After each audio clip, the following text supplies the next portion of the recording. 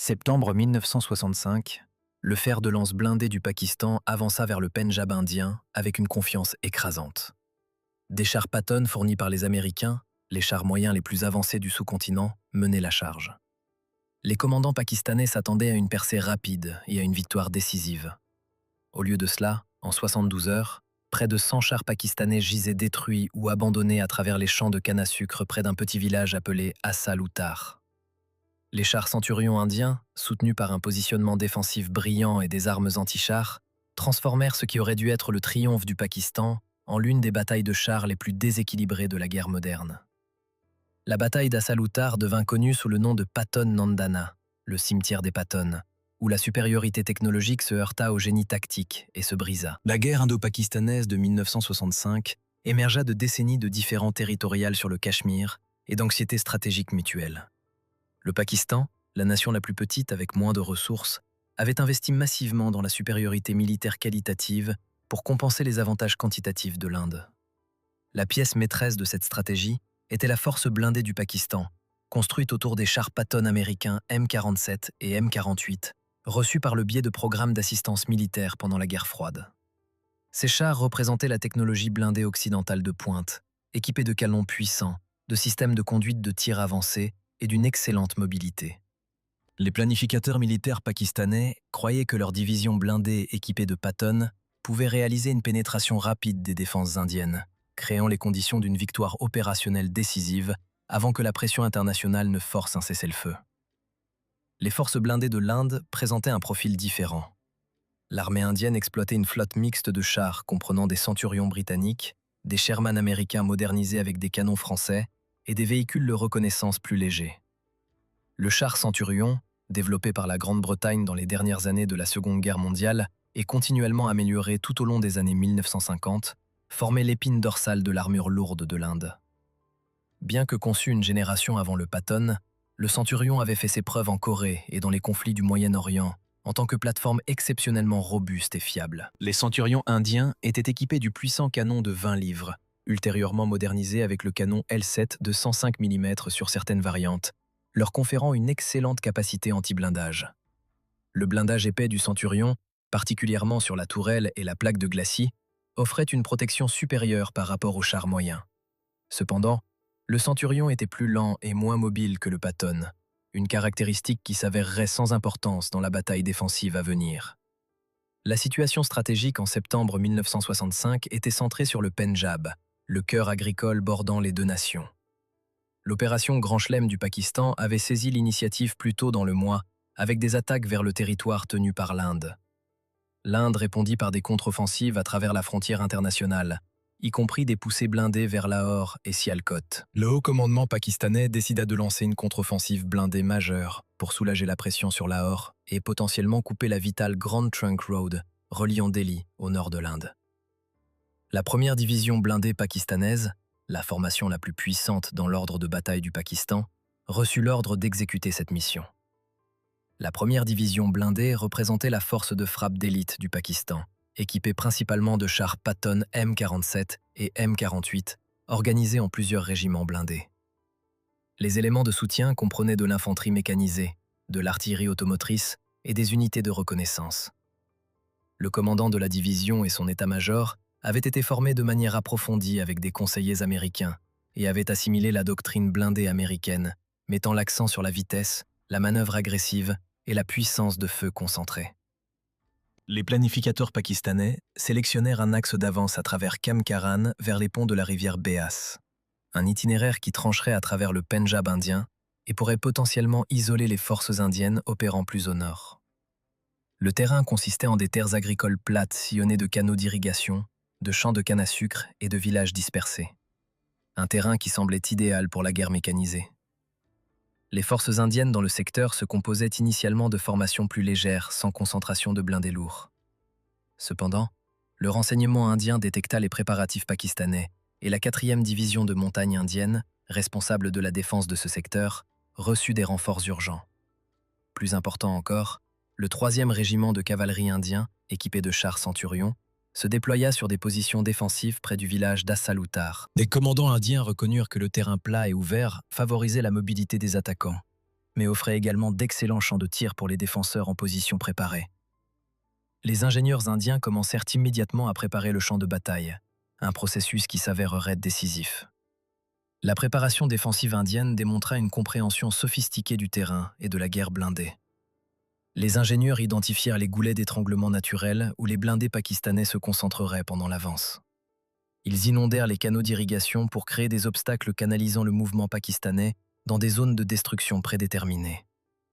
Les champs de canne à sucre, hauts en septembre, fournissaient un camouflage pour les positions indiennes tout en obscurcissant l'observation pakistanaise. Plus important encore, les forces indiennes positionnèrent leurs centurions en position de défilement, avec seulement les tourelles exposées, maximisant l'avantage blindé du centurion tout en minimisant les zones vulnérables. Des canons anti-chars, y compris des armes de 6 livres et de 17 livres fournies par les Britanniques, couvraient les approches que les chars pourraient ne pas atteindre. La défense n'était pas linéaire, mais disposée en profondeur, avec de multiples positions de repli préparées. La reconnaissance pakistanaise avant l'offensive s'avéra inadéquate.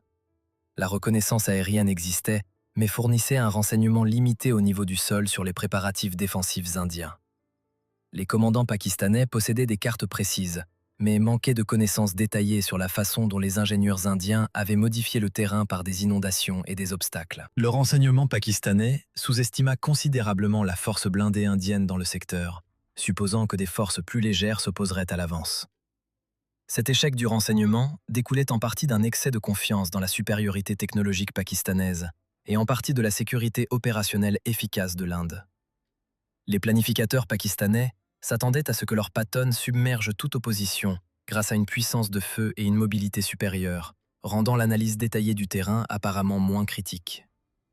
Le char Patton M48 équipait les unités de pointe pakistanaises. Ce char moyen américain était doté d'un canon principal de 90 mm, capable de percer la plupart des blindages contemporains aux distances de combat. Le canon du Patton utilisait des munitions avancées, y compris des obus perforants à sabots détachables et des obus explosifs anti-chars. La conduite de tir comprenait un télémètre optique et un calculateur balistique mécanique, des systèmes sophistiqués pour l'époque qui amélioraient la probabilité de toucher au premier coup. La protection blindée du Patton se concentrait sur le front de la tourelle et le glacis supérieur, avec une épaisseur suffisante pour résister à la plupart des armes anti-chars aux distances d'engagement typiques.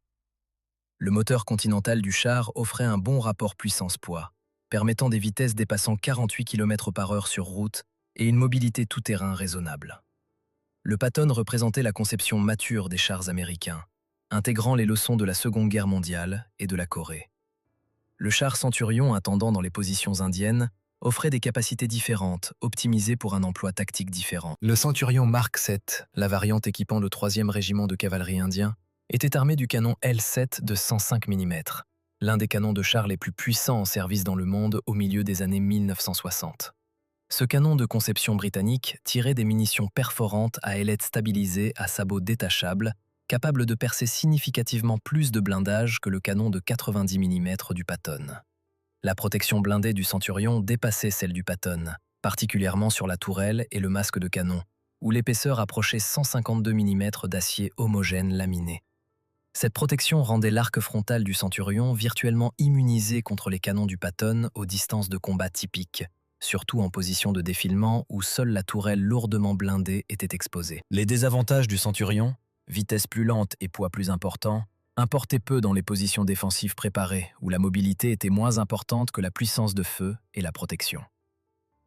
Les colonnes blindées pakistanaises franchirent la frontière internationale le 8 septembre, avançant rapidement à travers Kemkaran avec une opposition minimale. Les progrès initiaux renforcèrent la confiance pakistanaise alors que les forces indiennes plus légères se repliaient devant l'assaut blindé. Les équipages de chars pakistanais rapportèrent la destruction de positions indiennes et la capture de territoires, créant des rapports optimistes qui remontèrent la chaîne de commandement.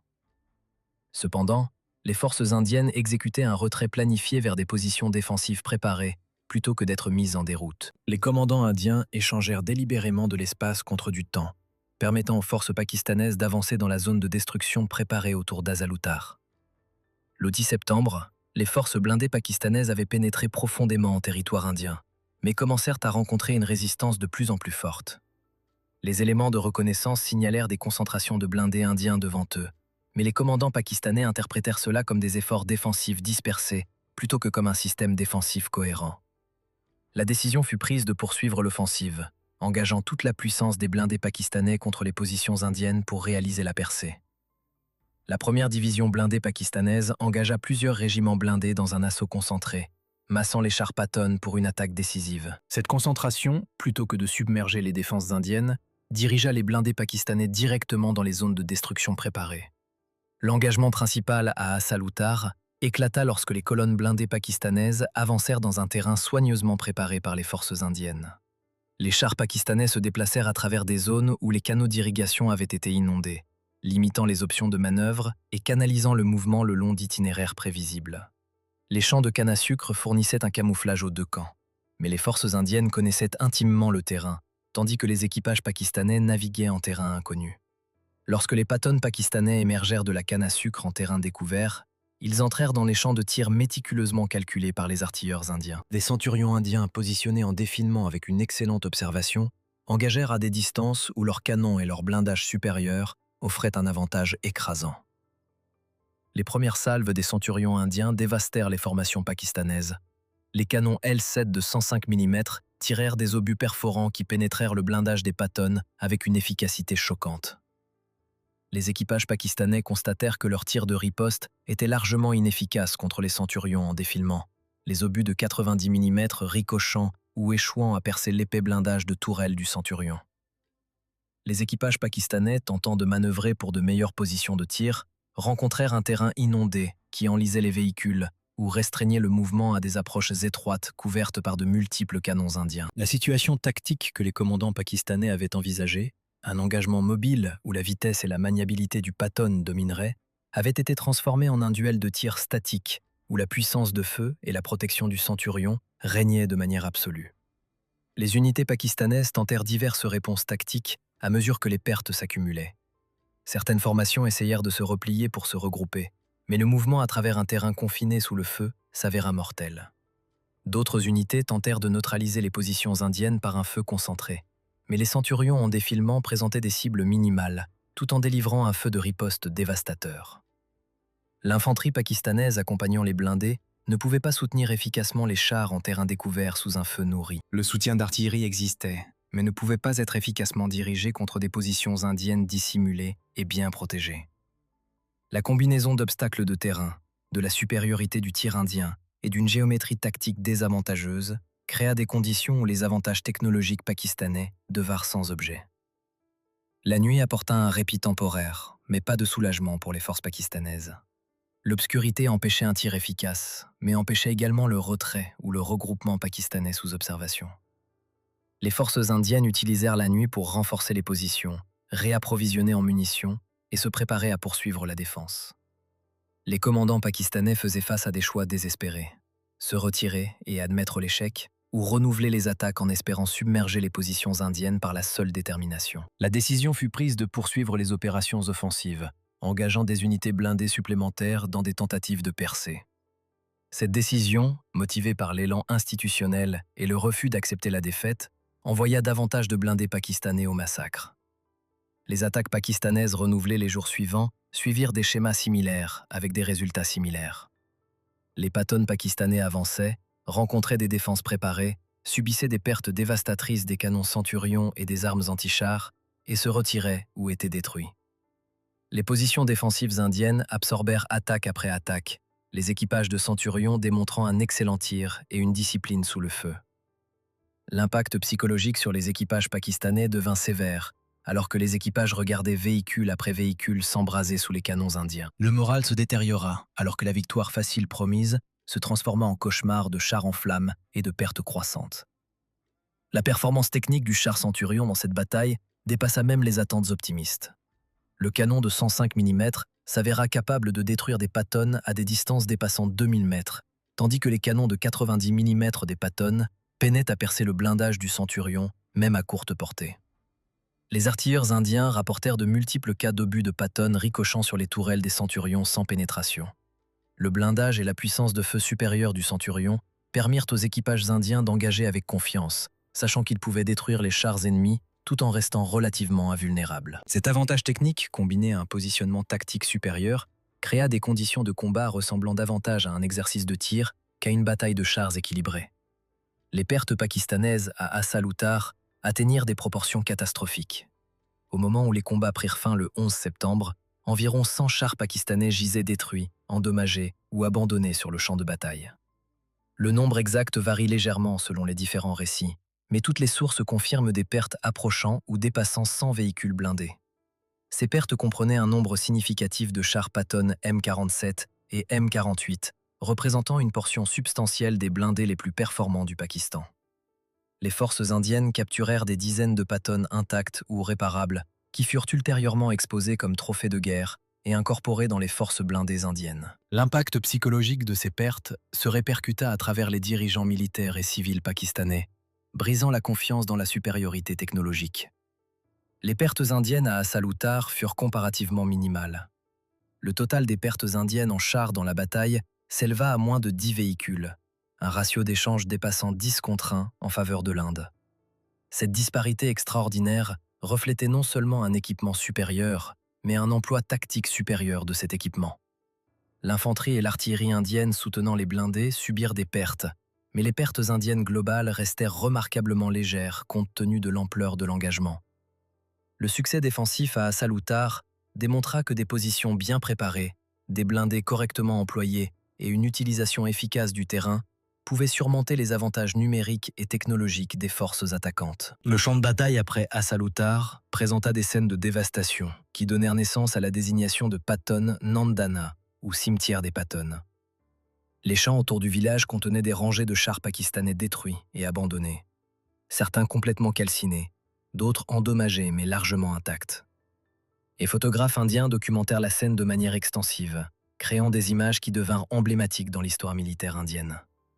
Les Patton pakistanais, autrefois symboles de supériorité technologique et de puissance militaire, représentaient désormais une défaite humiliante. Le gouvernement indien organisa des visites du champ de bataille pour les journalistes et les observateurs militaires étrangers, utilisant les preuves physiques de la défaite pakistanaise à des fins de propagande et diplomatique.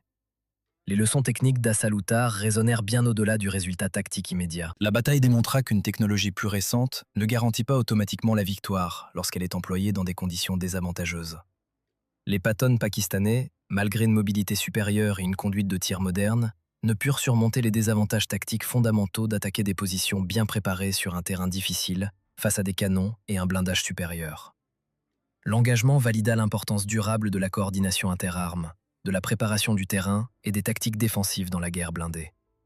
Pour les concepteurs de chars et les théoriciens militaires, Assaloutar renforça l'idée que la protection blindée et la puissance du canon restaient des facteurs critiques dans le combat de chars, et pas seulement la mobilité et les systèmes sophistiqués. La performance du Centurion à Assaloutar renforça la réputation déjà impressionnante du char. Le Centurion avait fait ses preuves en Corée et avec les forces israéliennes dans les conflits du Moyen-Orient. Mais Assaloutar fournit peut-être la démonstration la plus spectaculaire des capacités de ce modèle. Le blindage épais du char et son puissant canon de 105 mm, combinés à sa fiabilité et sa facilité d'entretien, en faisaient une arme défensive idéale. La confiance indienne dans le Centurion augmenta considérablement après la bataille, et le char resta en service dans l'armée indienne pendant des décennies. Le succès du Centurion influença la doctrine blindée et les acquisitions indiennes, mettant l'accent sur la puissance de feu et la protection plutôt que sur la vitesse. À l'inverse, la piètre performance du Patton à Assaloutar endommagea sa réputation.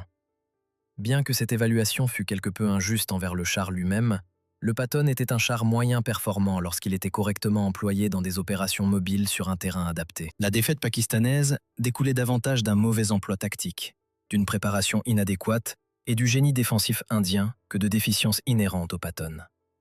Cependant, la perception compte dans les affaires militaires, et l'image des Patton en flammes à Assaloutar éclipsa les véritables capacités du char.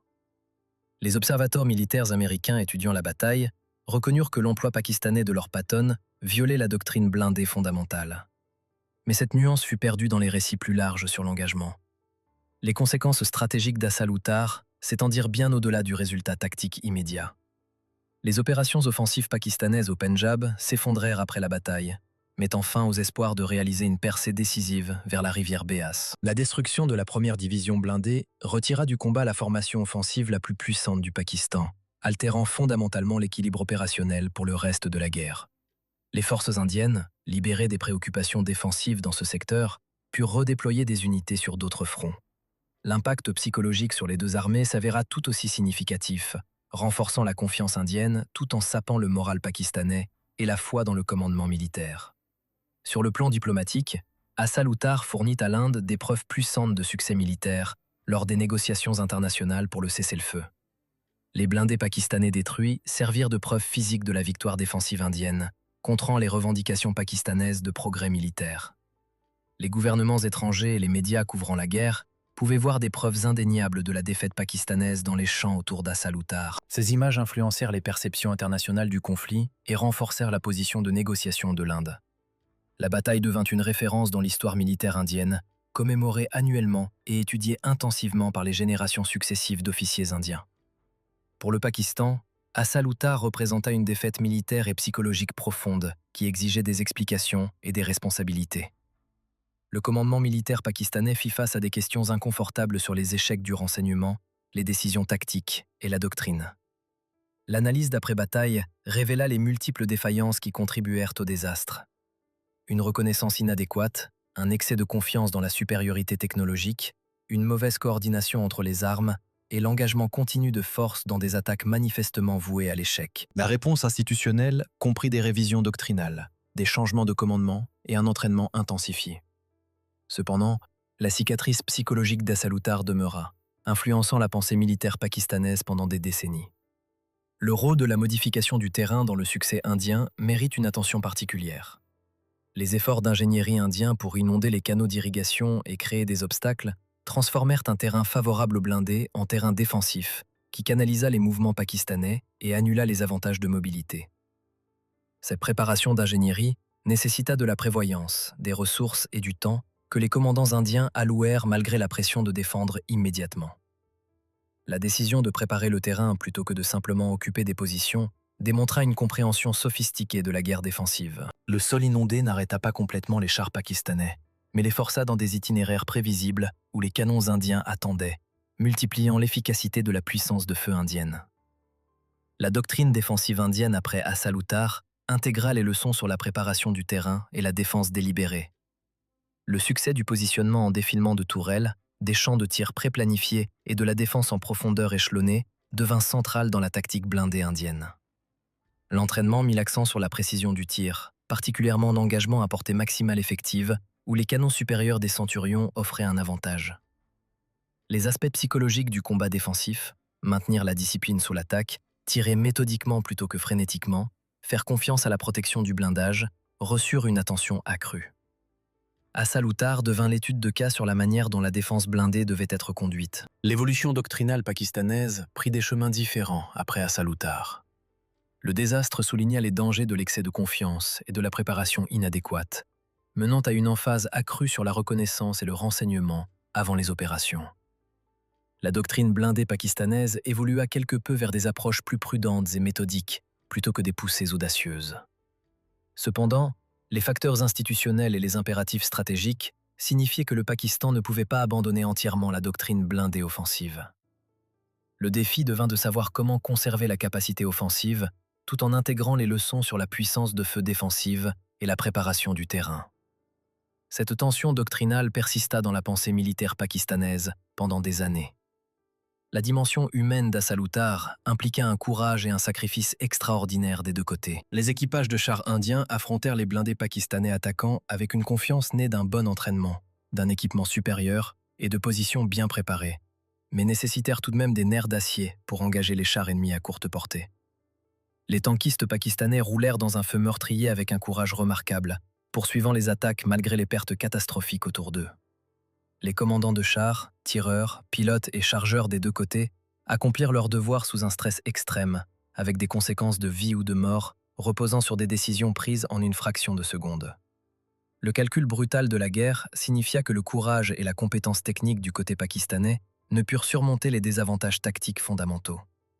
Les suites d'Assaloutar virent les deux nations établir des parallèles historiques avec des engagements blindés précédents. Les commentateurs indiens comparèrent la bataille à Koursk ou à d'autres grandes victoires défensives où des positions bien préparées avaient vaincu des offensives blindées. Les analystes pakistanais cherchèrent des explications dans des analogies avec des défaites blindées d'autres guerres où des forces attaquantes avaient rencontré le désastre. Ces comparaisons historiques servirent les récits nationaux, mais reflétèrent aussi de véritables efforts pour comprendre ce qui s'était passé et extraire des leçons applicables aux conflits futurs. La bataille entra dans la littérature militaire comme une étude de cas en guerre blindée, étudiée dans les écoles d'état-major du monde entier. Les développements technologiques suivant Assaloutar reflétèrent les leçons apprises sur le combat de chars. L'importance de la puissance de feu et de la protection blindée, quelque peu éclipsée au début des années 60 par l'accent mis sur la mobilité et l'électronique, reçut une attention renouvelée. Le développement du blindage composite, de munitions améliorées et de canons plus puissants s'accéléra. La reconnaissance que les chars combattaient encore principalement par des duels de tir direct, plutôt qu'en servant simplement de plateforme de feu mobile, influença les priorités de conception. Le canon de 105 mm, si efficace sur le Centurion, devint l'armement standard des chars occidentaux pour les 2 décennies suivantes. La valeur de propagande d'Assaloutar pour l'Inde s'avéra immense et durable. Le champ de bataille devint un site commémoratif où des chars pakistanais détruits restent exposés des décennies plus tard. Les musées militaires indiens présentent des expositions sur la bataille, incluant souvent des patones capturés. Des commémorations annuelles célèbrent la victoire et honorent les participants. Des films, documentaires et histoires populaires racontent la bataille pour les générations successives d'Indiens. Cette activité commémorative sert à fierté nationale, mais maintient aussi vivantes les leçons tactiques et opérationnelles dans la conscience militaire indienne. Pour les historiens et analystes militaires, Assaloutar fournit une riche étude de cas sur la manière dont les facteurs technologiques, tactiques, géographiques et humains interagissent dans la guerre. L'engagement démontre que la qualité de l'équipement compte, mais que son emploi compte davantage. La technologie supérieure entre les mains pakistanaises ne put surmonter des tactiques, une préparation et un positionnement supérieur entre les mains indiennes. La bataille illustre comment le terrain peut être activement façonné pour favoriser la défense, et non simplement passivement accepté. L'importance d'un renseignement précis et d'une évaluation réaliste des capacités ennemies ressort clairement des échecs pakistanais. La valeur durable de la protection blindée et de la puissance de feu dans le combat de chars, parfois remise en question à l'ère des missiles, fut dramatiquement validée. La guerre indo-pakistanaise de 1965 se conclut peu après Assaloutar par un cessez-le-feu négocié par l'ONU, laissant de nombreuses questions stratégiques non résolues, mais altérant fondamentalement l'équilibre militaire sur le sous-continent. Assaloutar demeura la victoire tactique la plus décisive du conflit, une bataille où le résultat fut si déséquilibré et les conséquences si significatives qu'elle éclipsa les autres engagements. La bataille influença le développement militaire, les décisions d'acquisition et la doctrine des 2 nations pendant des décennies. Les patones détruits, rouillant dans les champs du Pendjab, devinrent des monuments à la vérité éternelle que le courage et la technologie seuls ne peuvent surmonter. Des tactiques, une préparation et des positions de combat supérieures. L'héritage d'Assaloutar perdure dans la culture militaire sud-asiatique, comme l'exemple définitif de la manière dont les batailles blindées peuvent être gagnées par la préparation et le génie tactique plutôt que par la seule supériorité d'équipement. Les officiers indiens étudient la bataille comme un modèle d'excellence défensive, tandis que les officiers pakistanais l'examinent comme un récit d'avertissement sur l'excès de confiance et la préparation inadéquate.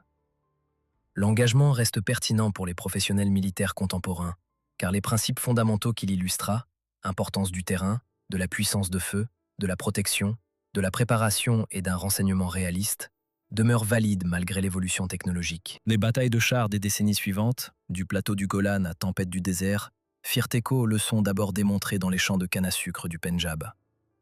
Les spécifications techniques des chars impliqués ne racontent qu'une partie de l'histoire. Le canon de 90 mm du Patton pouvait percer un blindage substantiel aux distances de combat, mais pas le blindage frontal des Centurions en défilement de tourelles. Le canon de 105 mm du Centurion pouvait percer le blindage du Patton sous pratiquement n'importe quel angle aux distances d'engagement typiques. L'avantage de mobilité du Patton signifiait peu sur un terrain modifié pour restreindre les mouvements. Le poids et la vitesse plus lente du Centurion devinrent sans importance dans des positions défensives statiques. Ces réalités techniques combinées à l'emploi tactique déterminèrent l'issue de la bataille plus que tout facteur isolé. Le coût humain d'Assalutar, bien que plus léger que celui de nombreuses batailles blindées de la Seconde Guerre mondiale, fut néanmoins significatif en termes humains. Les équipages de chars pakistanais moururent dans des véhicules en flammes, souffrirent de blessures horribles ou endurèrent des traumatismes qui les marquèrent à vie. Les tankistes indiens, bien que subissant moins de pertes, furent tout de même témoins de l'horreur du combat et détruisirent leurs semblables accomplissant leur devoir. Les civils d'Assalutar et des villages environnants endurèrent les combats dans leurs champs et leurs maisons. La futilité de la guerre, se terminant par une impasse qui ne résolut rien, rend ces sacrifices particulièrement poignants. L'archéologie du champ de bataille d'Assalutar continue de livrer des preuves matérielles de l'engagement. Des chars détruits, certains laissés en place comme mémoriaux, d'autres déplacés vers des musées, fournissent un lien physique avec les événements. Des restes de munitions, des objets personnels et des débris du champ de bataille refont occasionnellement surface lors de travaux agricoles. Ces preuves physiques maintiennent la bataille tangible, plutôt que simple abstraction historique, permettant aux chercheurs de corréler les récits écrits avec les vestiges physiques. Les patones préservés servent d'outils pédagogiques pour les étudiants militaires étudiant l'engagement. Les témoignages contemporains de participants des deux côtés fournissent des perspectives précieuses sur l'expérience de la bataille. Les commandants de chars indiens décrivent la satisfaction de voir leurs obus de 105 mm percer le blindage pakistanais, tandis que le feu ennemi rebondissait sans dommage sur leurs tourelles. Les survivants pakistanais racontent l'horreur de voir leurs camarades de bataillon détruits, tandis que leurs propres obus s'avéraient inefficaces contre les positions indiennes. Le personnel d'infanterie et d'artillerie des deux côtés décrit le chaos, la confusion et la terreur du combat blindé moderne. Ces témoignages de première main humanisent la bataille au-delà des statistiques et des diagrammes tactiques. Les archives photographiques d'Assalutar, particulièrement les images de blindés pakistanais détruits, devinrent certaines des images les plus publiées de la guerre de 1965. Ces photographies servirent de multiples objectifs: preuves documentaires, outils de propagande, archives historiques et points d'ancrage émotionnel.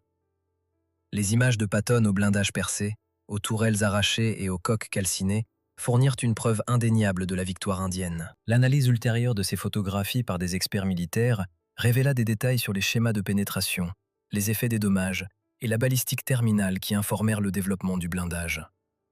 L'influence de la bataille sur la pensée militaire de nations tierces s'avéra significative, malgré l'échelle relativement modeste de l'engagement. Les analystes de l'OTAN et du pacte de Varsovie étudièrent Assalutar pour obtenir des aperçus sur la manière dont le combat blindé moderne pourrait se dérouler. L'efficacité des canons par rapport à la mobilité résonna chez les concepteurs soviétiques, mettant l'accent sur la puissance de feu. La valeur de la protection blindée influença le développement occidental du blindage composite. L'importance de la préparation du terrain affecta la planification défensive. Les petites guerres comme le conflit indo-pakistanais de 1965 fournirent des points de données aux grandes puissances envisageant des conflits plus vastes. L'impact économique de la perte d'environ 100 chars dévasta la capacité blindée du Pakistan pendant des années. Remplacer les Patton détruits s'avéra difficile compte tenu des contraintes financières et de la réticence américaine à fournir des blindés supplémentaires. Après la guerre, le Pakistan se tourna vers la Chine pour des véhicules de remplacement, introduisant une chaîne d'approvisionnement et un système de maintenance entièrement différents. Le fardeau financier et logistique de la reconstruction de la capacité blindée après Assalutar contraignit d'autres programmes militaires et influença la planification stratégique. Les pertes matérielles se traduisirent directement en une capacité opérationnelle réduite qui persista pendant des années. La capture par l'Inde de Patton pakistanais intacts fournit un renseignement précieux sur la technologie blindée américaine et les méthodes d'entraînement. Le personnel technique indien examina minutieusement les véhicules capturés, analysant la composition du blindage, les systèmes de conduite de tir, les types de munitions et les composants mécaniques. Ce renseignement informa l'évaluation indienne de la technologie militaire américaine et influença les décisions d'acquisition. Certains Patton capturés furent intégrés au service indien après modification, fournissant une puissance de combat supplémentaire à un coût minimal. D'autres devinrent des aides à l'entraînement ou des pièces de musée à valeur éducative. Les conditions météorologiques pendant la bataille, particulièrement en saison de mousson de septembre, influencèrent les considérations tactiques. De fortes pluies auraient pu rendre le terrain impraticable et empêcher entièrement les opérations. Mais le temps pendant l'engagement réel fut suffisamment sec pour permettre les opérations, tandis que l'inondation par irrigation créait des obstacles. Les conditions de visibilité affectèrent les portées de tir et l'acquisition de cibles. La poussière soulevée par les mouvements de véhicules obscurcit l'observation et compliqua le ciblage. Ces facteurs environnementaux, souvent négligés dans les récits centrés sur l'équipement et la tactique, façonnèrent le déroulement de la bataille. L'architecture de communication disponible pour les deux camps en 1965 limita significativement la conscience du champ de bataille et la flexibilité du commandement. La communication radio entre les chars et avec les quartiers généraux supérieurs existait, mais était moins fiable et sécurisée que les systèmes modernes. La signalisation visuelle conservait son importance pour la coordination intra-unité. La difficulté de maintenir les communications dans les conditions de combat signifiait que les commandants de chars opéraient souvent avec une conscience limitée des situations tactiques plus larges. Cette friction dans les communications affecta les deux camps, mais entrava particulièrement les tentatives pakistanaises de coordonner les attaques et de répondre aux conditions changeantes. La logistique du soutien des opérations blindées pendant la bataille mit à l'épreuve les deux armées. Les chars consomment de vastes quantités de carburant et de munitions, nécessitant un réapprovisionnement constant pendant les opérations prolongées. Les forces indiennes, opérant depuis des positions préparées avec des lignes d'approvisionnement établies, maintinrent une meilleure logistique que les forces pakistanaises opérant en territoire hostile. Les unités blindées pakistanaises, avançant rapidement, dépassèrent leur chaîne d'approvisionnement, créant des vulnérabilités. Le réapprovisionnement en munitions s'avéra particulièrement critique, car l'intensité des engagements épuisa les stocks disponibles. L'activité peu glorieuse de la logistique influença significativement l'efficacité au combat des deux côtés. Les services médicaux pendant et après la bataille firent face à des défis pour traiter les blessés parmi les équipages de chars. Les pénétrations de blindage créent des blessures horribles dues aux éclats de fragmentation et au feu. Les équipages de chars piégés dans des véhicules en flammes subissent des sorts terribles. Les hôpitaux de campagne des deux côtés traitèrent des brûlures, des blessures traumatiques et des états de choc parmi les survivants. Les capacités médicales en 1965, bien qu'avancées par rapport aux normes de la Seconde Guerre mondiale, laissèrent encore de nombreux blessés avec des handicaps à vie. Le personnel médical traitant ces blessés accomplit un travail héroïque dans des conditions difficiles, sauvant des vies qui auraient été perdues dans des conflits antérieurs. Les ramifications politiques d'Assalutar se répercutèrent à travers les deux gouvernements. En Inde, la victoire militaire fournit un capital politique au leadership sous pression concernant d'autres aspects de la guerre. Au Pakistan, le commandement militaire fit face à de sévères critiques pour le désastre, contribuant à l'instabilité politique. La bataille influença les relations civilo-militaires dans les deux nations, bien que de manière différente. Le succès militaire peut renforcer ou compliquer les relations civilo-militaires démocratiques selon le contexte. Les suites politiques d'Assalutar illustrent comment les résultats militaires tactiques se répercutent à travers les systèmes politiques. La couverture journalistique d'Assalutar, tant contemporaine qu'historique, façonna les perceptions publiques de la bataille. Les journalistes indiens eurent accès au champ de bataille et produisirent de nombreux articles célébrant la victoire. Les médias pakistanais firent face à la censure et à des informations limitées, rendant un reportage précis difficile. Les journalistes internationaux rapportèrent en fonction de leur accès et de leurs biais nationaux. Les archives historiques contiennent ainsi des récits contradictoires, reflétant différentes perspectives et agendas. Séparer la propagande des faits nécessite une analyse minutieuse des sources et une triangulation entre de multiples témoignages. Les commémorations anniversaires d'Assalutar qui ont lieu en Inde remplissent de multiples fonctions au-delà de la simple célébration. Elles honorent les vétérans et les soldats tombés, maintiennent la mémoire institutionnelle des leçons apprises, démontrent la puissance militaire aux adversaires potentiels et renforcent l'identité nationale. Ces commémorations incluent des cérémonies aux mémoriaux, des exercices militaires démontrant les capacités modernes et une couverture médiatique passant en revue la bataille. La proéminence continue d'Assalutar dans la culture militaire indienne près de 6 décennies plus tard témoigne de l'importance de la bataille. L'analyse comparative d'Assalutar avec d'autres engagements blindés révèle à la fois des aspects uniques et des schémas universels. La victoire écrasante ressemble au succès israélien contre les blindés arabes dans certains engagements, bien qu'avec des équilibres technologiques différents.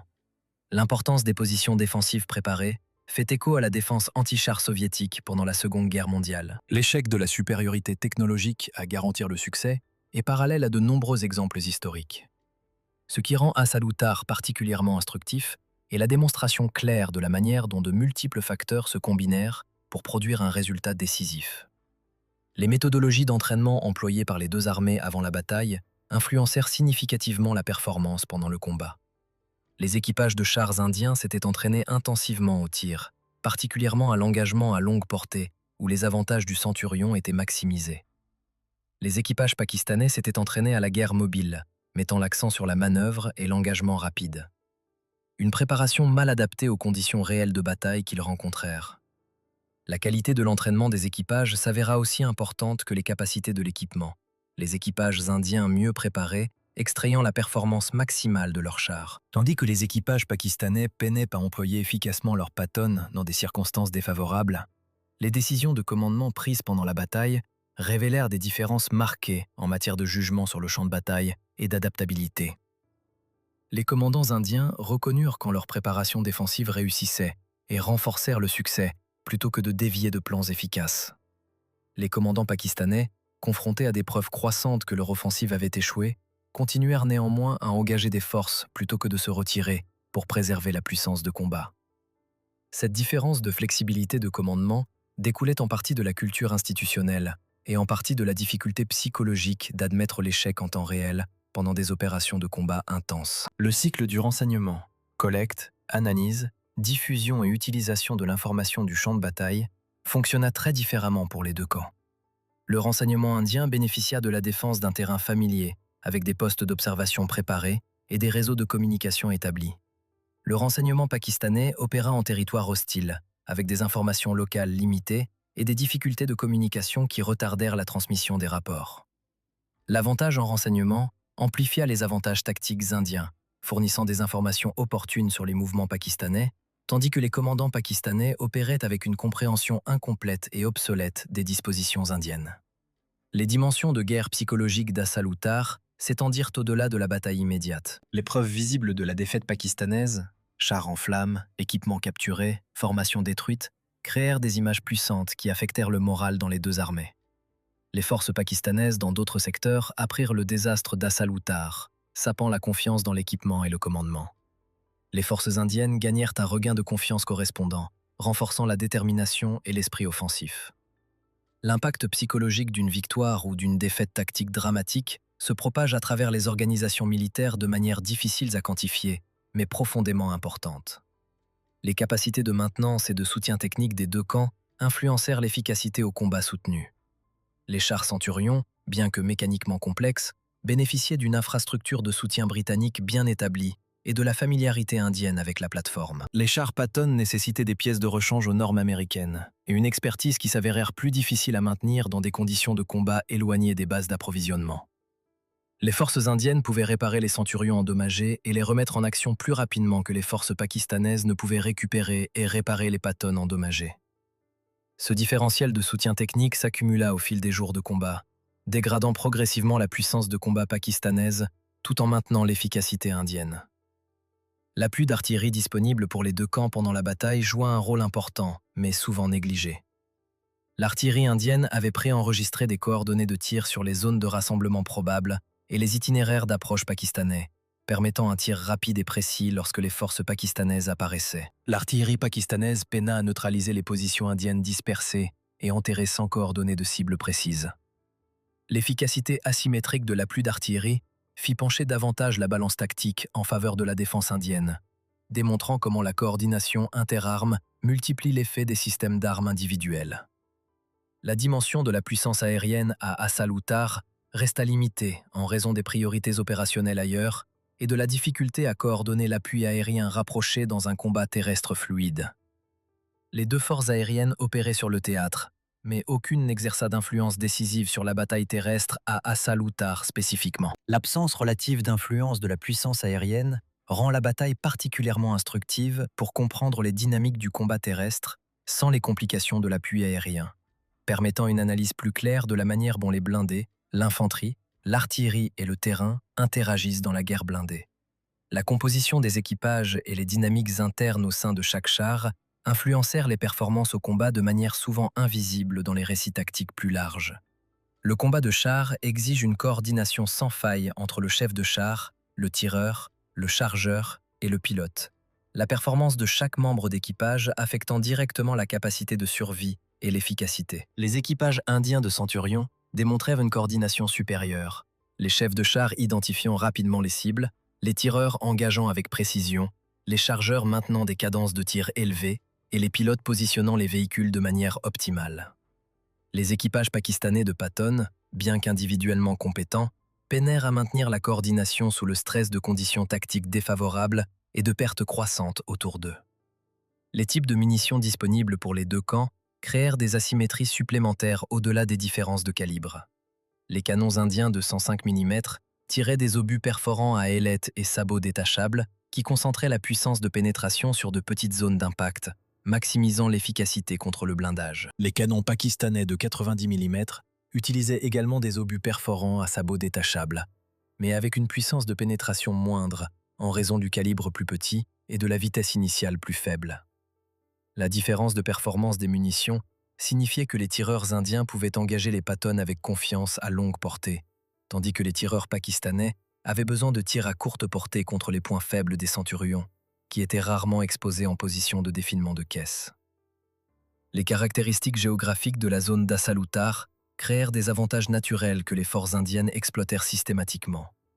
De légères variations d'altitude, bien que minimales dans le terrain plat du Pendjab, offraient des positions de défilement de caisse où les centurions pouvaient observer et tirer tout en présentant des cibles minimales. Les fossés d'irrigation et les limites de champs créaient des obstacles naturels anti-chars que les ingénieurs indiens renforcèrent par l'inondation et la fortification.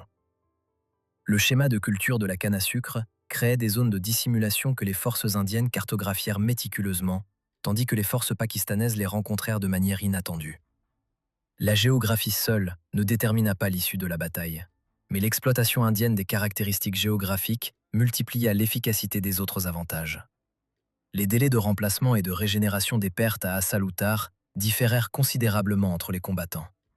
L'Inde pouvait remplacer ses pertes minimales en chars relativement rapidement grâce à l'inventaire existant et aux relations de soutien britanniques en cours. Le Pakistan faisait face à un processus de plusieurs années pour remplacer environ 100 chars détruits, nécessitant de nouvelles acquisitions, la formation d'équipage et une reconstruction organisationnelle.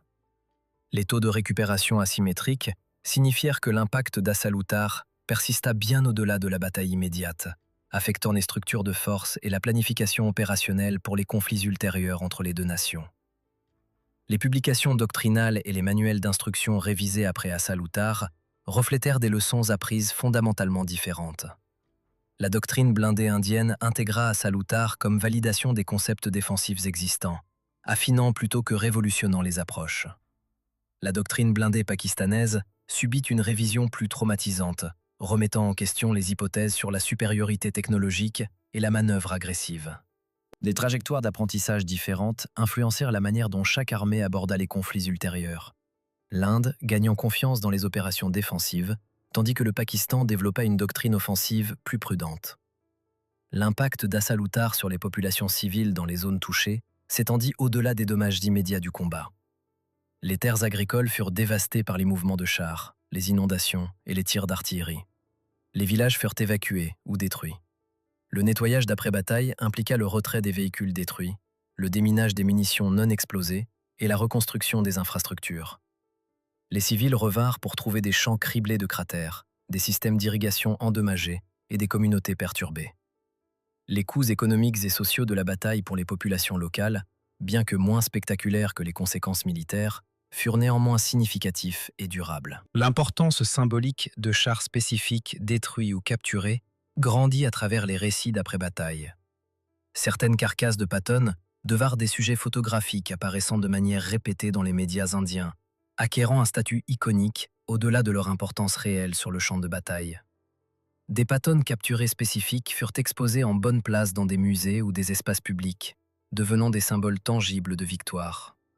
Ces véhicules individuels se transformèrent d'armes fonctionnelles en objets symboliques porteurs de signification qui évoluèrent au fil des décennies, à mesure que la mémoire de la bataille fut construite et reconstruite dans la conscience nationale. Le renseignement technique extrait des Patton capturés s'étendit au-delà de la valeur militaire immédiate. Les métallurgistes indiens analysèrent la composition du blindage pour comprendre la fabrication américaine de blindage. Les ingénieurs étudièrent les systèmes de conduite de tir pour en apprendre davantage sur la technologie de tir occidentale appliquée aux chars.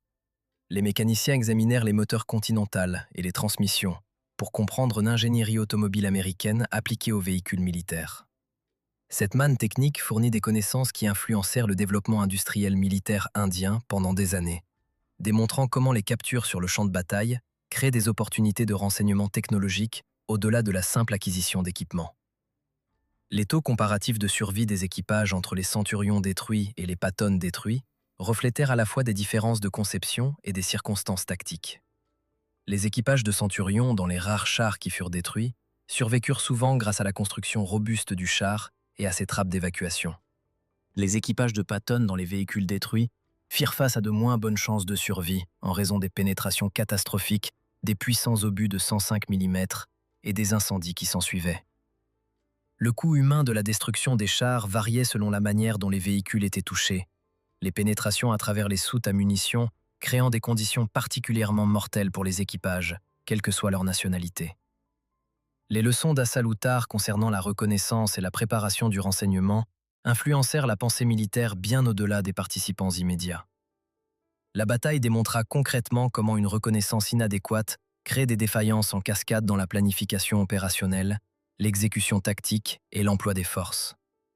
Les armées du monde entier intégrèrent Assalutar dans leur programme d'enseignement comme étude de cas sur l'importance de la reconnaissance. La bataille devint synonyme des dangers de l'excès de confiance et de la préparation inadéquate, un récit d'avertissement transcendant son contexte historique spécifique.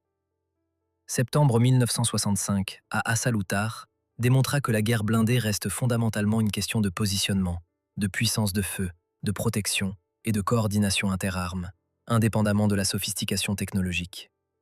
Les Patton pakistanais et les centurions indiens représentaient une technologie de char mature des années 1960, employée dans des conditions tactiques radicalement différentes, avec des résultats prévisibles. La bataille valida les principes de la guerre défensive éprouvés dans d'innombrables engagements précédents, tout en intégrant des dimensions technologiques modernes. Les Patton en flammes, dispersés à travers les champs du Pendjab, témoignèrent qu'un équipement supérieur seul ne peut surmonter des tactiques inférieures, une préparation insuffisante et un terrain désavantageux. Le cimetière de Patton reste un monument à l'importance éternelle de l'habileté tactique, de la préparation minutieuse et de l'évaluation réaliste des conditions opérationnelles dans la guerre. Les leçons de la bataille continuent de résonner à travers les institutions militaires du monde entier, rappelant aux générations successives que la technologie permet, mais ne peut se substituer à un jugement tactique sain, une préparation minutieuse et une évaluation réaliste des conditions opérationnelles.